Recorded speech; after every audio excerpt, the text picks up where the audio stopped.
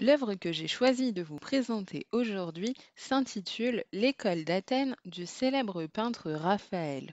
Nommé peintre de la papauté au début du XVIe siècle, le peintre réalise cette fresque entre 1508 et 1512.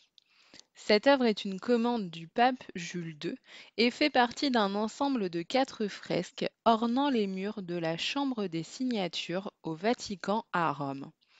L'école d'Athènes symbolise la philosophie et la recherche du vrai en opposition à la fresque de la dispute du Saint-Sacrement qui, elle, représente la victoire de la théologie sur la pensée antique.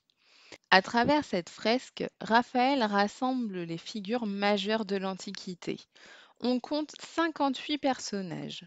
À gauche du tableau, sous la sculpture du dieu Apollon, se trouve le groupe des théoriciens, parmi lesquels figurent les philosophes Platon, Épicure ou encore Averroès.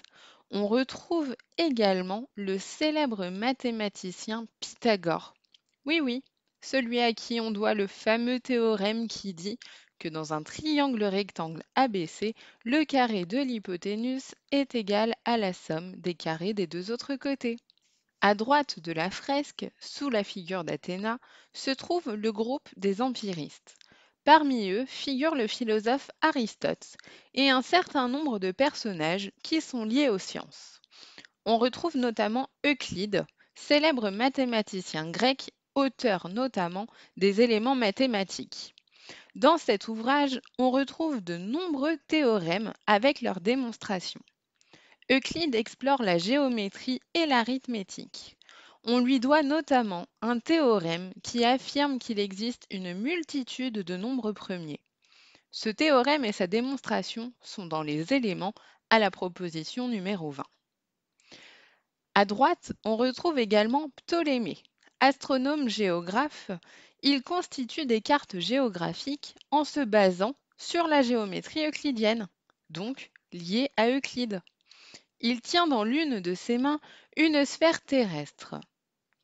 Face à lui se trouve, selon certains, Zoroastre, qui était prophète et qui fonda la religion perse, et selon d'autres, ce même personnage représente Strabon, un géographe grec.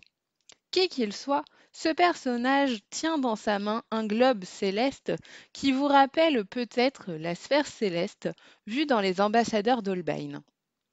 Les deux personnages semblent échanger autour des éléments qu'ils ont en main. Il est un élément qui m'intéresse particulièrement dans cette fresque. La perspective à point de fuite, aussi appelée perspective centrale ou linéaire, se base sur un principe mathématique. La Renaissance marque un tournant important dans la représentation picturale et s'appuie bien souvent sur la perspective.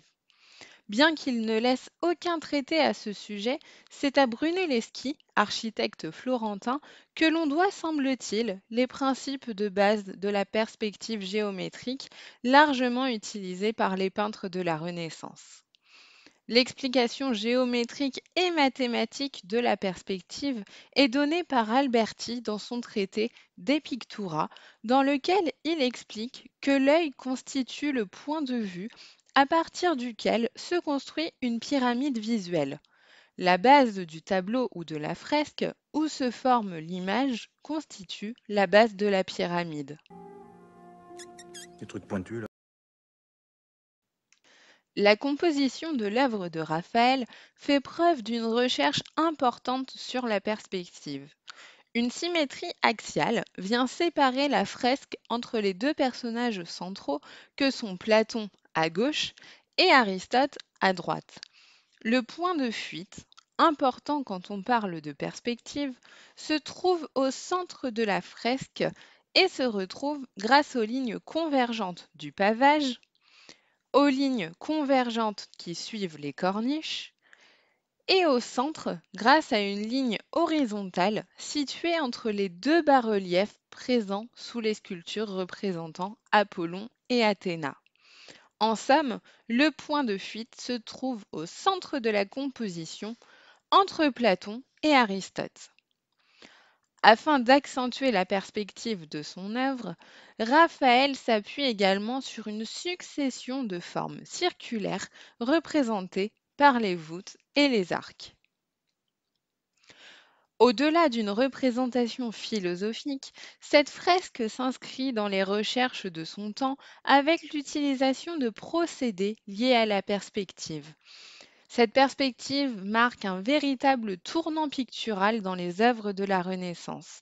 Et des artistes comme Piero della Francesca, Léonard de Vinci ou encore Albrecht Dürer utiliseront très rapidement cette perspective dans leurs œuvres. C'est fini pour aujourd'hui. J'espère vous retrouver la semaine prochaine pour un nouveau numéro de Les sciences et l'art, les sciences dans l'art. À bientôt!